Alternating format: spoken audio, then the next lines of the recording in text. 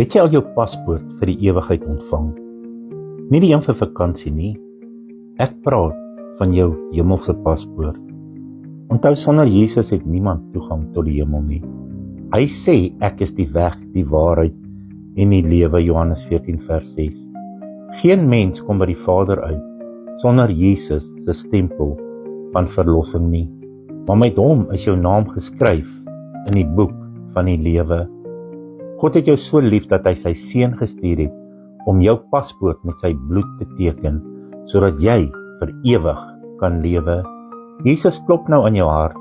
Ek staan by die deur en ek klop, Openbaring 3 vers 20.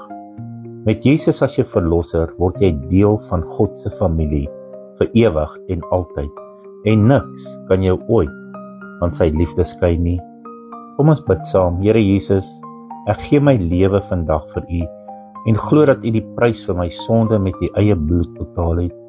Wees my redder en skryf my naam in die boek van die lewe. Dankie vir my paspoort hemel toe. Onthou, wanneer jy Jesus aanneem, is jy 'n burger van die hemel. Hou daardie paspoort vas, want dit is jou toegang tot die ewige lewe.